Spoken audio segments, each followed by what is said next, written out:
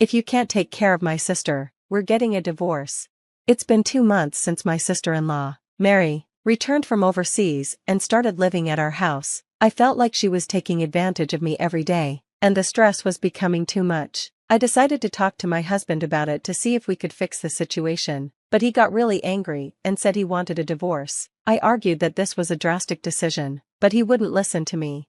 Let's discuss what we should do next, I said. There's nothing to discuss. My sister can stay here as long as she wants, he replied. I felt more and more frustrated as he said this, and I couldn't take it anymore. This led to a big fight. Mary saw what was happening, and instead of helping, she just smiled, as if she enjoyed it. It was clear that she was the cause of our problems.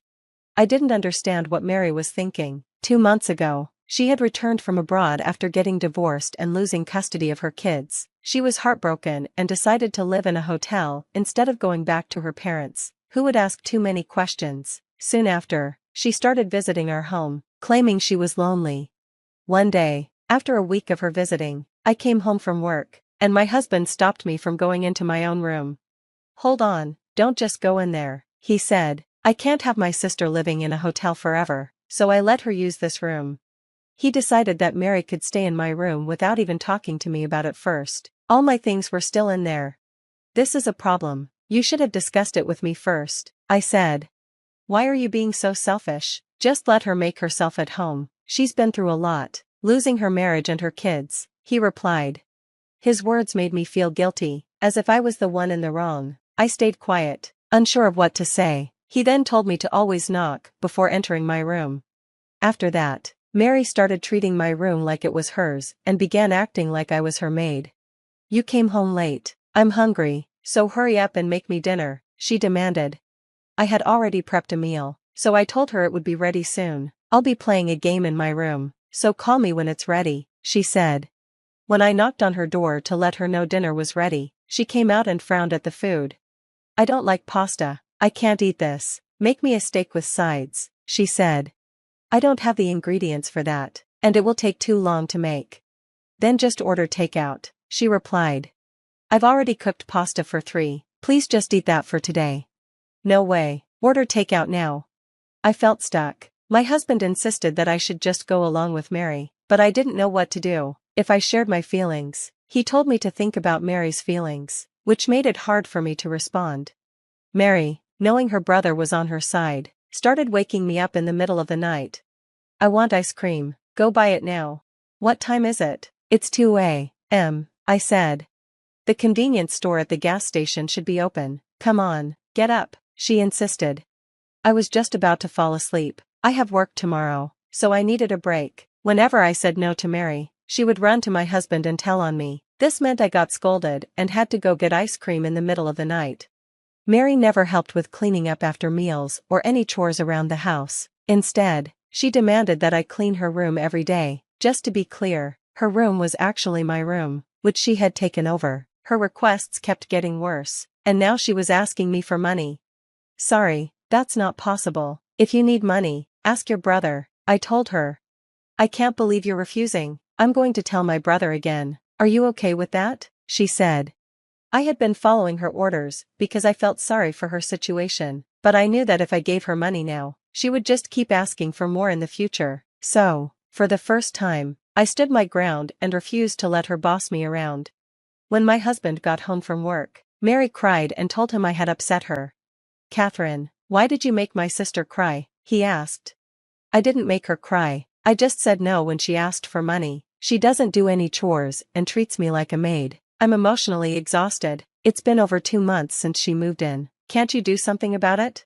He shouted back, shut up. If you can't take care of my sister, we're getting a divorce.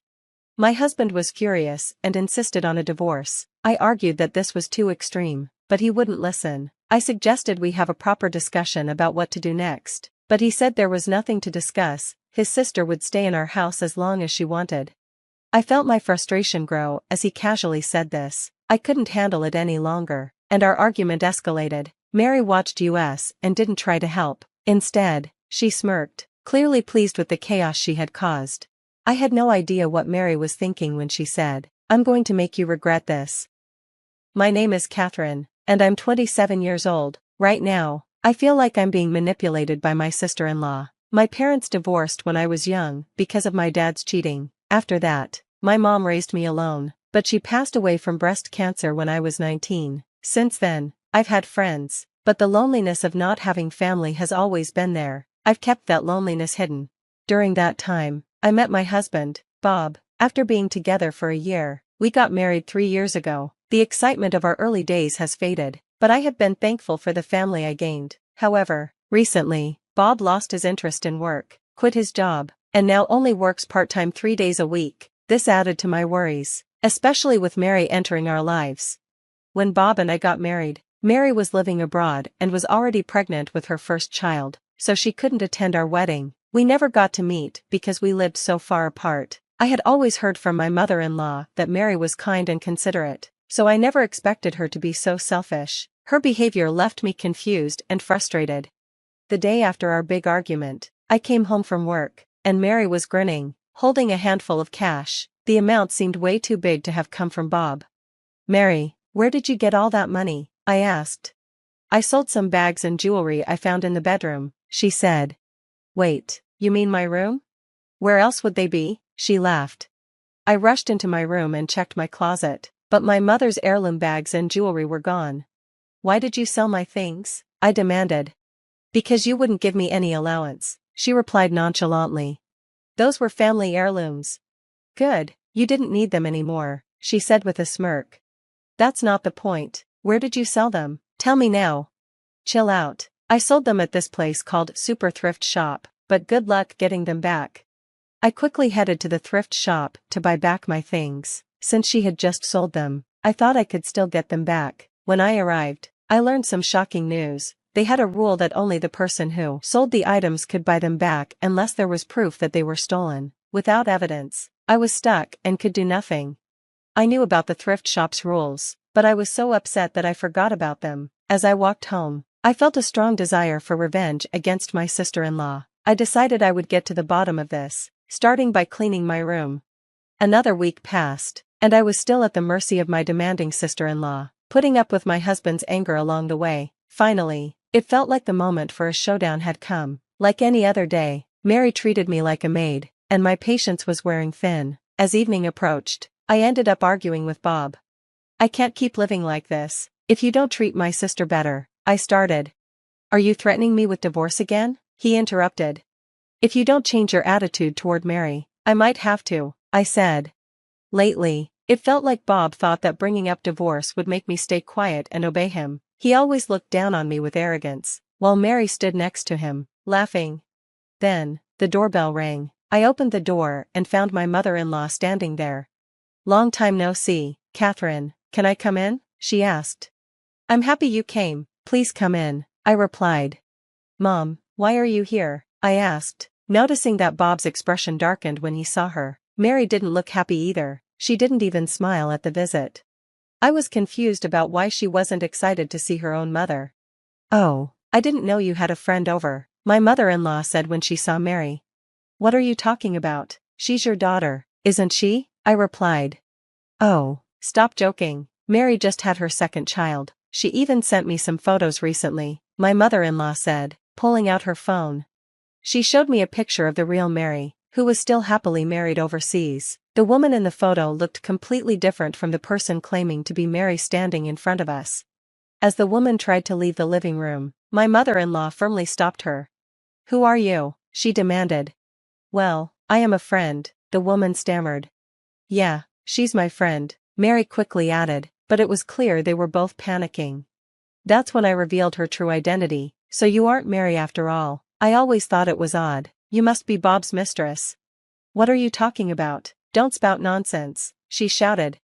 I couldn't let Bob deceive us any longer. I immediately showed my mother-in-law a video on my laptop that captured him and the woman getting cozy in our living room.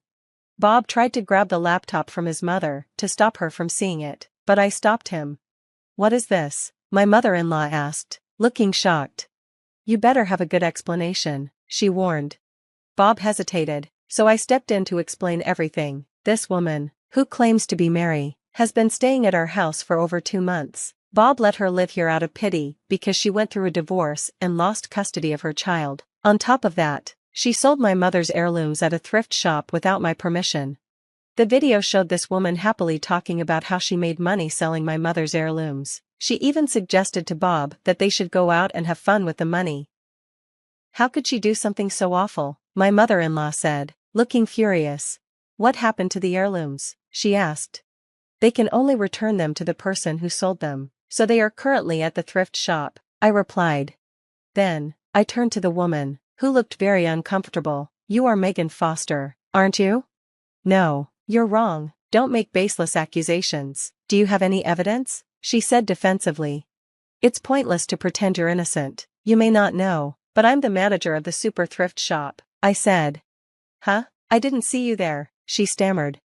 I wasn't at the shop when the heirlooms were sold because I was at a meeting at headquarters. As the manager, I can verify the ID of the person who sold the items, I explained. I realized that the woman was not my sister-in-law, but I didn't have enough proof. I worried she might come up with excuses, so I made a plan. My mother-in-law had been wanting to see a performance by her favorite artist, so I decided to buy tickets for her. The plan was to invite her to pick up the tickets and stay the night so she wouldn't have to travel back home right after. She was thrilled, and that's how we ended up in this situation. I'm sorry for making you come here without telling you the truth, I said. That's all right. I understand it's not easy for you to talk about this. By the way, how did you manage to capture the footage? My mother-in-law asked. I didn't want my belongings to be sold without my permission again, so I installed hidden cameras that look like light bulbs in my room. While cleaning, I had a feeling she might be having an affair, but I never expected anything like this, I explained. Sure enough, the footage showed the two of them getting intimate when I wasn't home. It was shocking to see. Bob and I had been arguing a lot, and I had started to think it might be time to end things, but it's still tough to see your husband cheating. Catherine, I was just being manipulated by this woman, Bob exclaimed. How pathetic of you to say that. Lying about her being your sister and letting her stay in our house? What were you thinking? I yelled at Bob. Don't blame this on me. I only pretended to be your sister because if we got caught having an affair, I would be kicked out with nowhere to go. You told me it would be convenient for me to use your wife as a housemaid. You even said if you got divorced because of marital issues, you wouldn't have to pay alimony. I was taken aback and filled with rage upon hearing this. Now that your relationship has fallen apart, it's impossible to fix things between you two. Why don't you just get a divorce? You and I can be happy together, right, Bob? You've always wanted to divorce me, so let's part ways. I handed Bob the divorce papers I had already filled out with my name. He started to panic. Don't rush things. I don't want to leave you. Just let this slide. Seeing Bob begging on his knees was pathetic. His mistress, looking teary-eyed, said, You won't abandon me, will you? I have nowhere else to go if you kick me out of here. Shut up. Don't come near me, Bob shouted as he brushed her off. Her desperate pleas were uncomfortable for me to watch.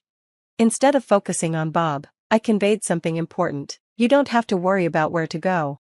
Huh? What do you mean? I reported you to the police earlier for stealing and selling my belongings. They should be arriving any minute.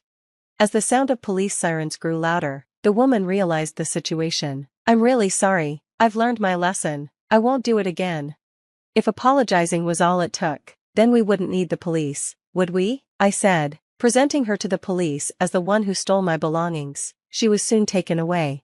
Bob, staring blankly at the scene, began to beg again. Don't leave me. Your salary is higher than mine. If you abandon me, I won't survive. You understand that, right?